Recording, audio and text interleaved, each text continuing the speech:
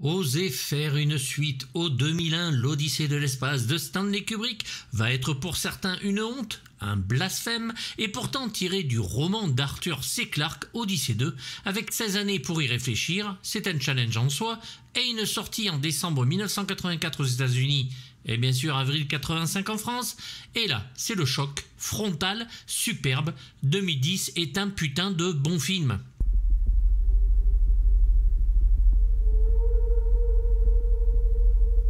Stanley Kubrick ne voulait pas faire la suite de son film réalisé en 1968, admiré par le plus grand nombre, et Peter Weir sera longtemps envisagé pour réaliser ce second opus, dont Kubrick validait totalement le choix. Mais Weir aurait-il réalisé un film personnel ou, trop admiratif du réalisateur d'origine, aurait fait un film si respectueux qu'il en aurait peut-être perdu son âme sur le chemin. Il était important de se démarquer, d'en faire un film de son époque. Nous sommes dans les années 80, la technique est là et a bien changé, donc oui, il fallait faire autre chose, c'était une obligation, que dis-je, c'était un devoir.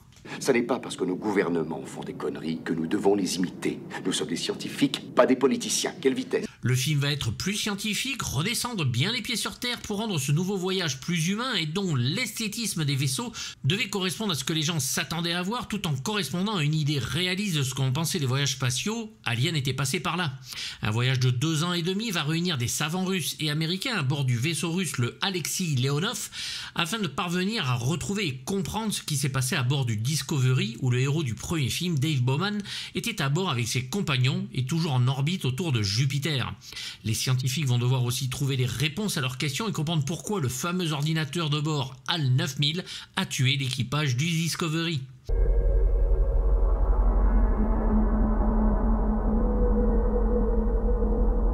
Bien sûr, à ses côtés, le monolithe noir est toujours là, majestueux, preuve d'une existence extraterrestre s'il en est. Le premier film et livre avait été écrit en collaboration, si bien que le film avait dépassé les attentes de l'écrivain et dépassé pour beaucoup le livre, au point que l'écrivain ne voyait pas l'intérêt d'en écrire une suite. Il faudra plus de 10 ans pour se mettre à l'œuvre, enverra le livre à son ami Stanley et il ne reste plus qu'à trouver celui qui sera prêt à chausser les chaussons déjà trop grands et un monde prêt à le lyncher le bonhomme. Peter Hyams sera choisi par l'agent d'Arthur C. Clarke, ce dernier ne le connaissant même pas, et le réalisateur va réécrire le scénario en enlevant des choses qui n'auraient pas ou plus ou moins fonctionné sur le film, comme Kubrick avait pris ses libertés sur le premier.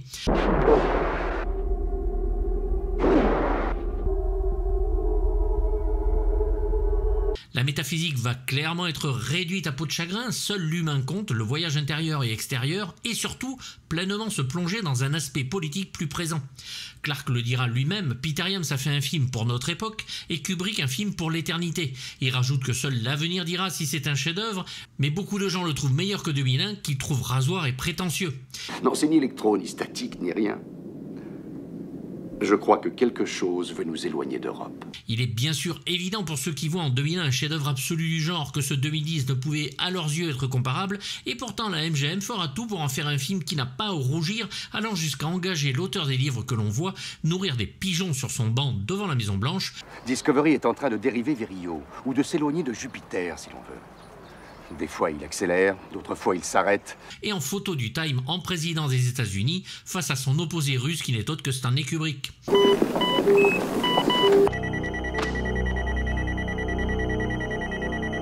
Se concentrer donc sur l'aventure humaine était le choix le plus judicieux afin d'éviter les comparaisons trop fortes et grâce à cela, le film sera un beau succès aux États-Unis avec un budget d'à peu près 11 millions de dollars et des recettes dépassant les 40 millions et plus de 570 000 entrées en France. Reste que 2010 est un pur film de Peter Hyams, quoi que l'on pense du réalisateur, puisqu'il a, tenez-vous bien, tenez-vous mieux, réalisé, écrit, produit et photographié le film tout seul, tout en étant très à cheval sur les effets spéciaux, puisqu'il avait supervisé ceux de son grand film Outland avec le Sean Connery, et 2010 va devenir son œuvre, comme l'étaient ses autres films tournés en 35 mm Eastman.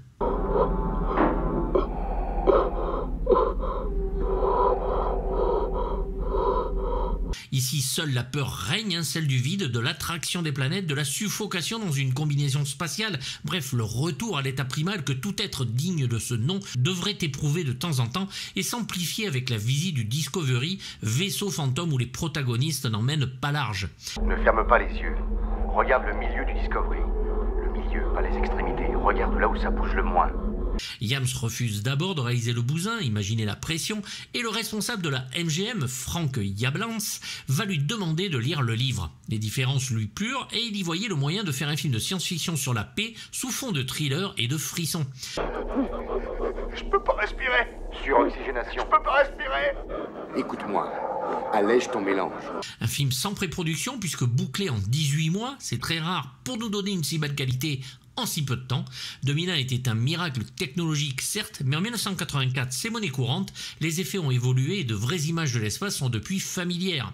Mais la question pour laquelle Yams avait besoin d'une réponse était: le film est-il faisable en l'état ?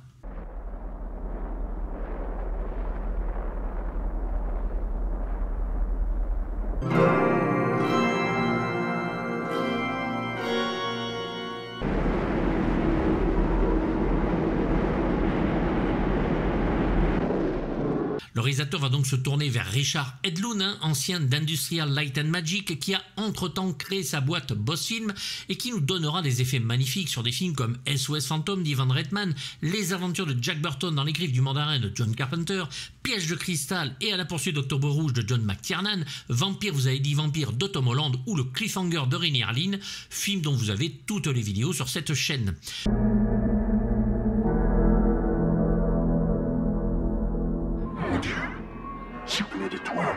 Le peu de temps va obliger l'équipe de tournage et celle des effets de travailler la main dans la main, en même temps, d'après des dessins de Yams. Sid Mead va aider à la conception esthétique fonctionnelle, la plus réaliste possible, et s'impliquer sur les détails des vaisseaux.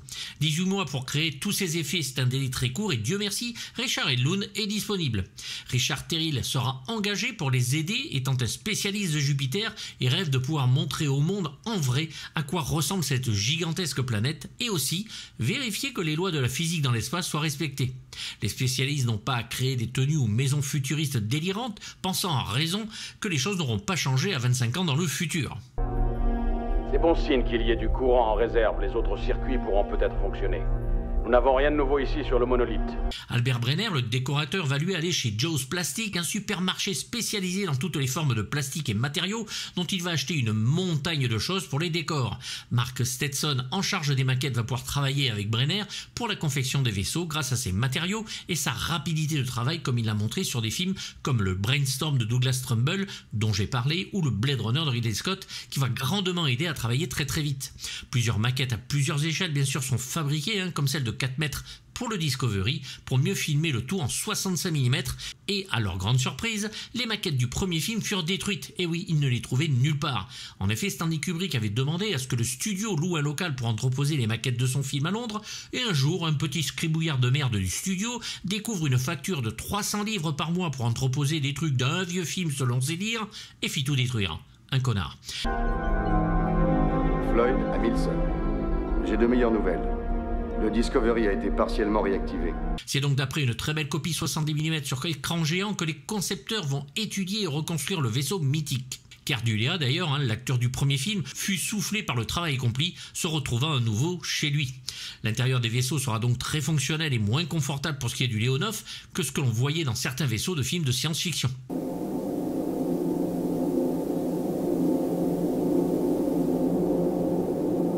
L'enfant des étoiles du premier film fut reconstruit ici, pour un plan très très court certes, et pouvait se mouvoir grâce à des câbles, les yeux y compris, et son corps, le latex ne marchant pas, sera constitué de gélatine, de glycérine et d'eau.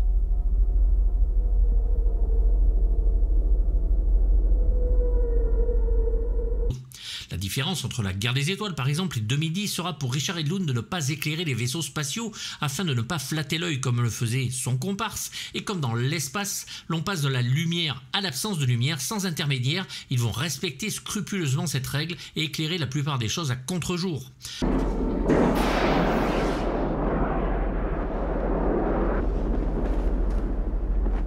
Le freinage par ballon reste d'ailleurs une superbe séquence de suspense maîtrisée en effet comme humainement.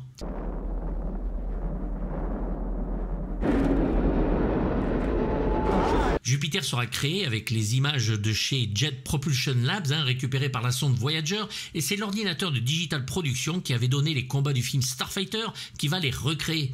Les mouvements seront créés en images de synthèse parmi les premières et demanda de nombreux calculs afin de générer les mouvements inverses des masses gazeuses entre le nord et le sud de Jupiter. Même si, de l'aveu de Richard Edlund, les vitesses sont un petit peu plus rapides pour qu'elles puissent bien sûr être vues par le spectateur.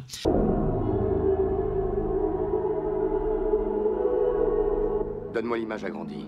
Les lumières de Jupiter auront aussi droit à un lourd travail puisque la planète est le centre d'intérêt du film. Les satellites Io et Europe seront des sphères peintes et éclairées de l'intérieur. Le monolithe, lui, ne sera pas une maquette devant être parfait comme décrit par Arthur C. Clarke. L'équipe va donc montrer l'objet en matte painting ou peinture sur verre en respectant ses proportions divines 1 x 4 x 9 sans réfléchir la lumière.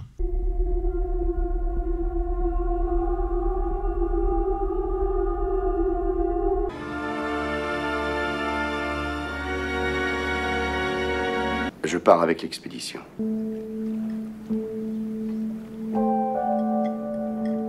2010 est essentiellement un film d'acteurs, des acteurs avec du vécu, cela se voit sur eux, magnifiques en diable, avec leur tête, Roy Scheider, éternel héros magnifique de grands films comme Les Dents de la Mer de Steven Spielberg et sa suite de Janot Swart qui n'a pas à rougir, ou le formidable Tonnerre de feu de John Badham pour mon avis personnel de Je l'aime à tout jamais pour ses deux rôles de Chef Brody et de Murphy. Regardez derrière vous.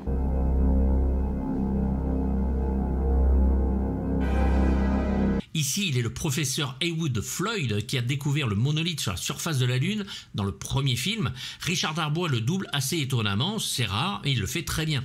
L'acteur et le réalisateur vont s'enfermer pendant 8 jours dans une pièce afin d'éplucher le scénario et de lire les lignes une par une, mot par mot, un exercice cher à Peter Iams pour qui les acteurs sont importants et qui ont cette capacité à parfois trouver des choses auxquelles lui-même n'avait pas pensé. Vous en avez suffisamment sur le Leonov pour le voyage de retour. Nous allons amarrer le Leonov au Discovery avec votre anneau d'accostage. Il fera de même avec les autres acteurs qui modifieront certains dialogues ou scènes. Les acteurs vont apprendre les décors et évoluer dedans afin que leur jeu soit plus naturel sur l'environnement, quelque chose qu'il avait expérimenté sur Outland. Roy Scheider, cet acteur au visage buriné, dur, ses traits marqués, ce héros de notre enfance, un acteur hors pair pouvant tout jouer. Il est prévu dès la pré-production du film, lit le script et accepte, habitué au challenge d'un gros film. Il ne lira pas le livre ni ne reverra le film de Kubrick ne voulant pas être influencé, après tout il est censé jouer dans un film différent. L'acteur nous quittera en 2008 à l'âge de 75 ans et je ne m'en suis jamais remis. Ce médecin, comment il s'appelle? Rudenko. Il nous a traités comme si on avait la vérole. John Lithgow, formidable acteur là aussi, et le docteur Walter Curnow, le concepteur de l'USS Discovery du premier film et qui accompagne l'équipe afin de pouvoir les aider à entrer et comprendre ce qui s'est passé sur son vaisseau depuis Blowout. Même s'il joue dans Obsession de De Palma, il aura une filmographie dont il n'a pas à rougir, passant du formidable sketch de George Miller, où il reprend le rôle de William Shatner dans la 4e dimension le film, révérend anti-musique dans le Footloose d'Herbert Ross, savant fou et extraterrestre dément dans le Bucaro Banzai du W.D. Richter, tueur implacable dans le Ricochet de Russell Mulcahy ou salopard dans le Cliffhanger de Renny Harlin, le gars n'arrête jamais, et ce n'est qu'une infime partie de films ou de séries télévisées où il cartonne, comme dans 3e Planète après le Soleil, et c'est Mario Santini ici qui le double. Il est hors de question que je décide de notre départ sans aucune raison. J'ai reçu des ordres et vous aussi. Au diable les ordres! Hélène Mirren joue donc Tania Kerbuck, doublée par Michel Bardolet, femme officier russe sur le Leonov et commandante du vaisseau. Son nom, russe, Kerbuck étant Kubrick épelé à l'envers. Elle fut bien sûr Morgan dans le Excalibur de John Boorman et jouera dans le Caligula de Tinto Brass, Mosquito Coast de Peter Weir et une tétrachie de films ou de séries télévisées où elle excelle à chaque fois. On peut spéculer jusqu'à la fin des temps, ça ne sert à rien. Si le monolithe, pour une raison ou une autre, résiste à nos instruments, nous devons l'inspecter de plus près. Une actrice parfaite. Elle parle très bien français et trouve ce rôle réjouissant, autoritaire, rare à l'époque, et devra bien sûr apprendre à parler anglais avec un accent russe crédible, voire du russe tout court. Excellente actrice, toujours parfaite donc, même en maman de Jason Statham dans les Fast and Furious, c'est dire. Les diagnostics sur l'identification vocale, la synthèse du discours sont terminés. À ce niveau, toutes les fonctions semblent normales. Le docteur Chandra, un concepteur de HAL 9000, est ici interprété par Bob Balaban, son personnage espérant pouvoir réparer son ordinateur défaillant, son enfant à lui. C'est l'acteur qui joue le personnage suivant, François Truffaut, interprète français-anglais en VO ou répéteur de phrases en français, dans le Rencontre du troisième type de Steven Spielberg, et qui, par son seul jeu physique, nous sort des personnages dont le doctorat nous semble évident tellement l'intelligence est dans son jeu et son physique. Qu'adviendra-t-il de Discovery ? Il peut être détruit. L'acteur va être plus particulièrement cantonné à parler avec HAL et moins avec les autres acteurs et peut travailler avec les préenregistrements de la voix de l'ordinateur défectueux. Il sera obligé d'être en apesanteur, ce qui va lui poser des problèmes d'équilibre et de troubles. Reste que ces scènes avec HAL nous restent en mémoire, touchantes, plus humaines que tout. Balaban sera vu dans le Au-delà du réel de Ken Russell, Le Prince de New York de Sidney Lumet, Dead Bank de John Frankenheimer et un reste de filmographie qui continue aujourd'hui. C'est Maurice Sarfati qui le double.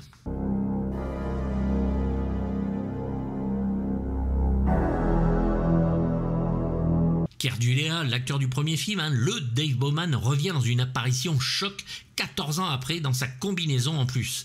Il en impressionnera même les acteurs sur le tournage, trop heureux de pouvoir tourner le film avec l'acteur de celui du film de Kubrick. Bonjour, Monsieur Floyd. Je vous en prie. Il faut me croire. L'acteur sera vieilli sous des maquillages et trouve l'expérience 2010 unique et exaltante, bien qu'il ne reste que 3 jours sur le tournage. Les décors sont pour l'acteur une machine à remonter dans le temps, dont le pic sera de réentendre la voix de HAL, puisque en VO c'est son doubleur original.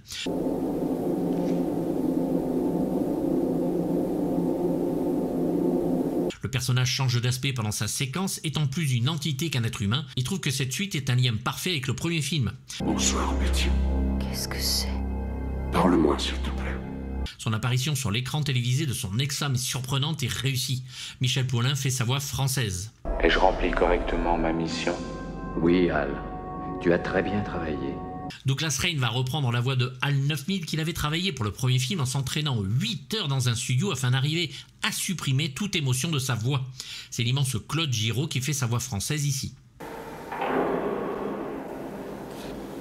L'air est froid. Elia Bashkin et Max Brailovsky, savant russe embarqué lui aussi sur le Leonov, citoyen américain prêt à sa patrie à l'époque pour de vrai. Il verra 2001 en Russie, dans une salle de projection privée pour acteurs, vu qu'il ne sort pas en salle là-bas. Aucun pouvoir réfléchissant. Je ne distingue aucune aspérité.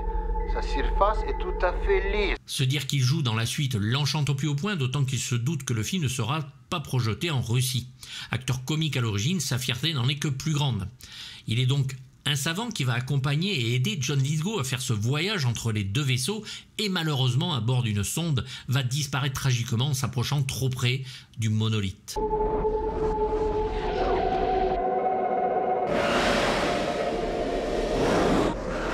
Nous avons aussi beaucoup d'acteurs d'origine russe expatriés qui sont dans le film, comme Vladimir Skomarovsky qui fut meilleur acteur soviétique, Savelik Kramarov, vedette de 41 comédies dans son pays d'origine,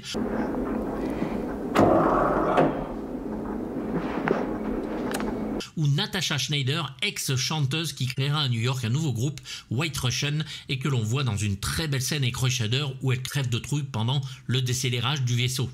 J'ai plaisir à parler de HAL. Il faut en effet d'autres informations pour expliquer son comportement anormal. A noter qu'en nouvel ordinateur pour Bob Balaban, salle 9000 dans son bureau, c'est l'actrice Candice Bergen qui donne de sa voix en VO, doublée ici par Janine Forney.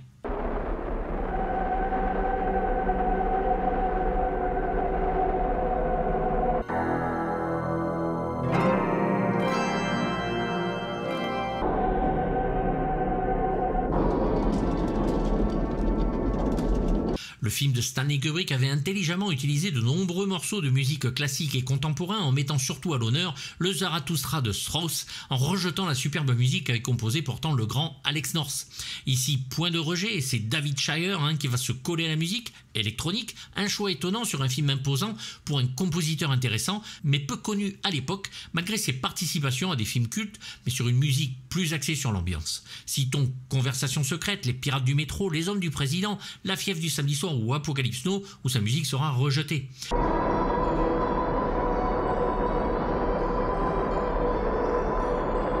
Le Le disque AM qui va sortir va commencer par une version disco absolument infâme du morceau de Strauss, quelle idée, et un score qui n'a malheureusement pas l'ambition du film, formidable pour accompagner les images par contre, mais anecdotique à l'écoute en CD.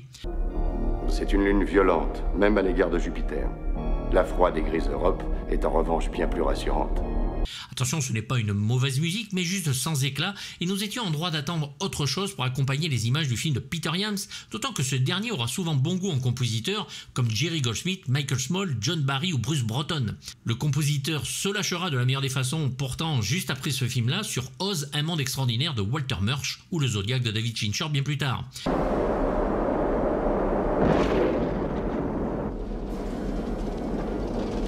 C'est Tony Banks qui avait été choisi au départ, oui, celui du groupe Genesis, mais cela ne va pas convenir et Shire va devoir composer dans la rapidité, assisté par Craig Huxley, l'inventeur du fameux Blaster Beam, que Jerry Goldsmith va utiliser de la meilleure des manières dans Star Trek le film. Il n'y aura qu'un seul morceau orchestral, le dernier, et qui sera celui que les gens auront un intérêt principal pour la musique et qui vont retenir.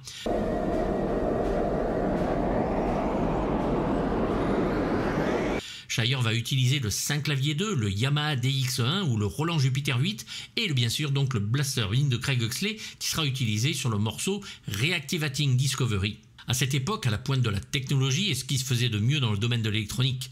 Un seul petit morceau avant que la musique mette du temps à arriver sur le film, avec la scène où Floyd annonce à sa femme qu'il doit partir dans la mission spatiale. Quand ? Dans 4 mois. Le compositeur arrive à créer une ambiance musicale particulière pour le film de Peter Iams, très années 80, mais aussi à l'ambiance quelque part métaphysique évidente. Et comme ses compositions d'alors, l'on est plus proche ici du style des vieilles musiques de films à suspense à petit budget des années 70-80.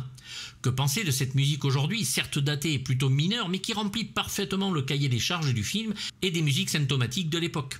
La partition nous offre quand même un souffle épique symphonique inattendu avec New World's Theme, le final, entendu à la fin du film, mais reste un score fonctionnel, guère mémorable et qui est aujourd'hui tombé dans l'oubli. Agrippez-vous! Maintenant!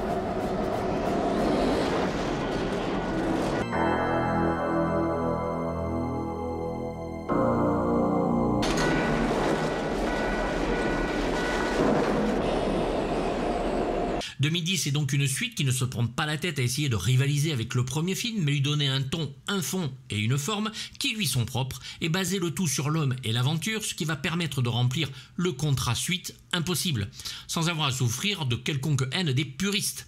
Le film est fait pour être vu et apprécié, et il le sera à l'époque, mais pas pour déchaîner un culte, juste pour un plaisir rétinien, ce qui est déjà énorme en soi, une vision divertissante de l'univers du premier, tout en promettant par son seul statut de suite quelques réponses au film de Kubrick, ce qu'il ne fera pas. Ici, les protagonistes ne sont que les spectateurs d'un changement dans l'univers, sans pouvoir y changer grand-chose. Impuissants qu'ils sont face aux forces en jeu, et une seule chose reste au final, et pas des moindres, des images inoubliables. Un jour, les enfants du nouveau soleil rencontreront les enfants de l'ancien.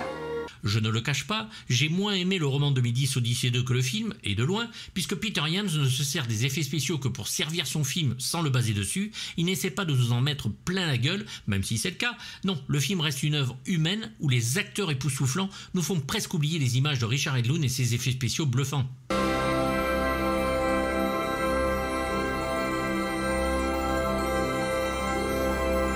De vraies scènes d'angoisse dignes des meilleurs films de vaisseaux fantômes agressent nos protagonistes, celles-là on ne l'avait pas eu venir, et des scènes d'action-aventure qui, entremêlées de scènes de dialogue, trouvent l'équilibre parfait dans le film.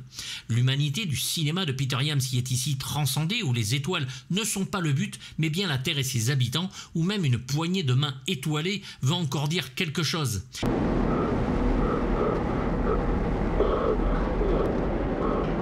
Iams nous amène une science-fiction plus réelle que celle de George Lucas, mais dont les effets viennent de cette guerre des étoiles et semblent par cette façon entériner le fait que le film de Kubrick est celui d'un cinéma d'un autre temps, un classique certes, mais ne serait-il pas temps de passer à autre chose, une question ouverte pour les fans de l'un ou de l'autre, voire miracle comme moi, des deux.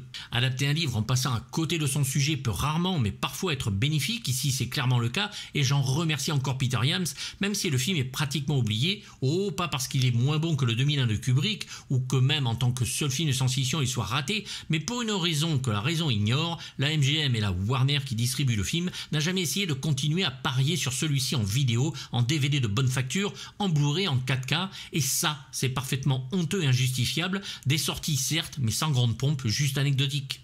Je vais m'endormir en sachant que vous êtes en sécurité, que la peur est dissipée.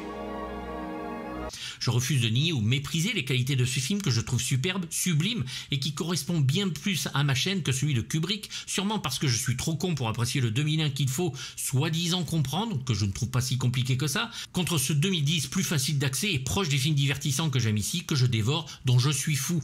De films incomparables, tous les deux parfaits à leur façon, et pour répondre à la question, oui, je préfère ce 2010 à 2001 parce qu'il correspond tout simplement à ce que je suis cinématographiquement dans mon amour du cinéma et de cette époque bénie de la prise de risque. Et puis vous le savez, j'ai une tendance à emmerder les puristes et l'inverse.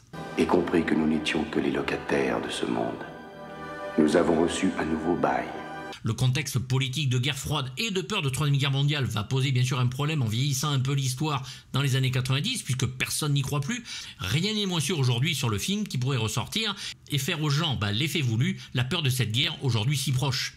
Un film que je considère comme une fresque spatiale gigantesque au message pacifiste magnifique qui ne laissera pas ceux qui rêvent encore un petit peu d'apprécier le film comme il se doit. C'est pour moi un beau 7/6 pour une œuvre oubliée et magistrale et si peu considérée que la note ne m'en semble que plus obligatoire et dont la seule existante ne peut être que liée à 2001 et qui ne peut donc vivre sans lui.